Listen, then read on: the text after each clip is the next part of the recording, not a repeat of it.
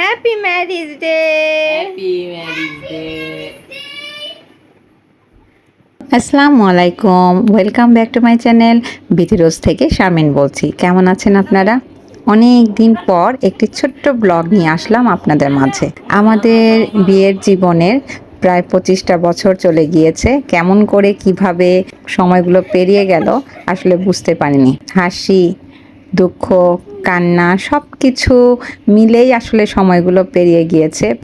এরপর এক এক করে 3 সন্তানের বাবা মা হয়েছি আমরা। তাদের সাথেই আমাদের প্রত্যেকটা মুহূর্ত এবং প্রতিটি সময়গুলো আস্তে আস্তে সময়ের সাথে এগিয়ে গিয়েছে। তো আলহামদুলিল্লাহ, আল্লাহর কাছে অনেক অনেক শুকরিয়া, কারণ আমাদের পরিবারটা আমরা খুব সুন্দর হাসি খুশি থাকার চেষ্টা করি এবং একজন আরেকজনের দুঃখে বা আনন্দে যে কোনো কিছুতেই সবাই মিলেমিশে থাকারই চেষ্টা করি।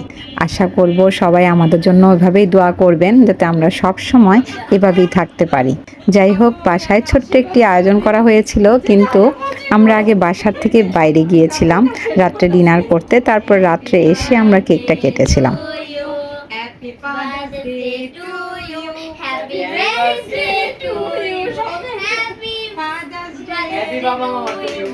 এরপর আমরা চলে গিয়েছিলাম ডিপ ফ্রাই রেস্টুরেন্টে। এখানে আমরা এর আগেও গিয়েছি, আরেকটি ব্লগেও দেখেছিলেন আপনারা। যাই হোক, প্রথমে যাওয়ার পরই ওয়েলকাম ড্রিঙ্কস দিয়ে দিল, আর ওয়েলকাম ড্রিঙ্কসে ছিল স্যুপ।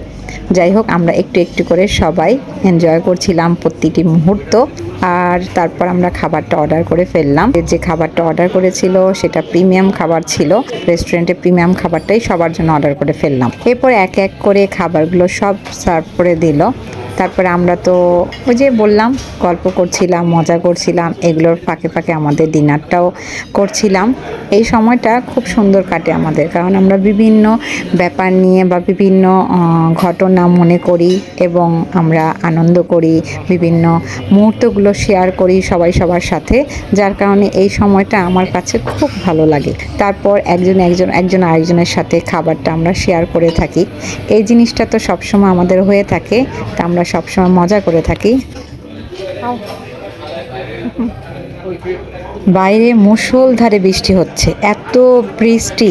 আমরা যেদিনকে বিয়ে করেছিলাম সেদিনও কিন্তু এই বৃষ্টি ছিল। এই দিনটাতে সবসময় মানে একটু হলেও বৃষ্টি হয়, কিন্তু আজকে এত পরিমাণে বৃষ্টি হচ্ছে বাইরে যে বলার মতো না।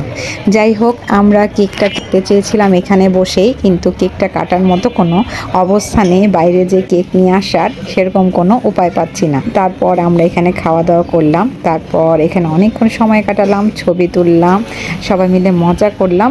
শেষে আমরা এখান থেকে বাসায় ফিরে গেলাম, তারপর আমাদের কেকটা কাটলাম। এই তো ছিল ছোট্ট একটি ব্লগ। ভালো লাগলে লাইক শেয়ার করবেন, আর আমাদের জন্য অবশ্যই দোয়া করবেন।